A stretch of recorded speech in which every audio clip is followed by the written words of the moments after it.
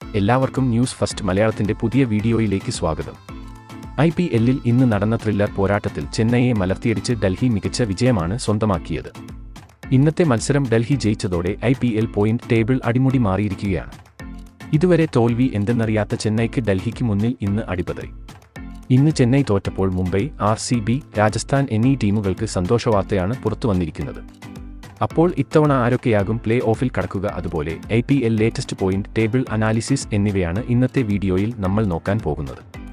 ഇതുപോലത്തെ ക്രിക്കറ്റ് വാർത്തകൾക്കായി ഈ ചാനൽ മറക്കാതെ സബ്സ്ക്രൈബ് ചെയ്യുക. ഡൽഹിക്കെതിരെ ചെന്നൈ പൊരുതി തോറ്റു എന്ന് തന്നെ നമുക്ക് പറയാം. കാരണം മികച്ച കളി തന്നെയാണ് ചെന്നൈ ഇന്ന് പുറത്തെടുത്തത്. പ്രത്യേകിച്ച് ഫിനിഷിംഗിൽ ധോണി. 42-ാം വയസ്സിലും ധോണി ഇങ്ങനെ പെർഫോം ചെയ്യുമെന്ന് ആരും തന്നെ കരുതിയിരുന്നില്ല. എന്തായാലും ഇന്ന് ചെന്നൈ തോറ്റതോടെ പോയിന്റ് ടേബിളിൽ വമ്പൻ അട്ടിമറികളാണ് നടന്നിരിക്കുന്നത്.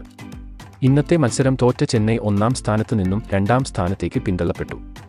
നിലവിൽ ഇപ്പോൾ പോയിന്റ് ടേബിളിൽ 1-ാം സ്ഥാനത്ത് കൊൽക്കത്തയാണ്. 2 കളിയിൽ നിന്നും 4 പോയിന്റാണ് അവർക്കുള്ളത്. 2-ാം സ്ഥാനത്തുള്ള ചെന്നൈക്കും 3-ാം സ്ഥാനത്തുള്ള സഞ്ജുവിന്റെ രാജസ്ഥാനും 4 പോയിന്റ് ഉണ്ട്.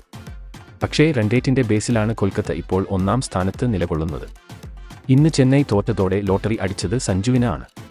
കാരണം നാളെ മുംബൈയെ തോൽപ്പിച്ചാൽ അവർ പോയിന്റ് ടേബിളിൽ തലപ്പത്തെത്തും. വൈകിട്ടത്തെ മത്സരം ജയിച്ച ഗുജറാത്ത് ആണ് ഇപ്പോൾ 4-ാം സ്ഥാനത്ത്. അവർക്കും 4 പോയിന്റ് ഉണ്ട്. ഹൈദരാബാദ് 5-ാം സ്ഥാനത്തും ലക്നൗ 6-ാം സ്ഥാനത്തും ഡൽഹി, പഞ്ചാബ്, RCB എന്നിവർ 7, 8, 9 എന്നീ സ്ഥാനങ്ങളിലും നിലകൊള്ളുന്നു. ഏറ്റവും അവസാന സ്ഥാനത്താണ് ഇപ്പോൾ മുംബൈ.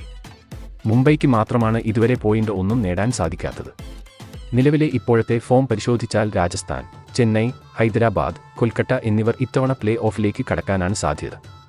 പക്ഷേ IPL തുടങ്ങിയിട്ടേയുള്ളൂ. തീപാറും പോരാട്ടങ്ങളാണ് ഇനി വരാനിരിക്കുന്നത്. അതുകൊണ്ട് പോയിന്റ് ടേബിളിൽ വമ്പൻ അട്ടിമറി തന്നെ നമുക്ക് പ്രതീക്ഷിക്കാം.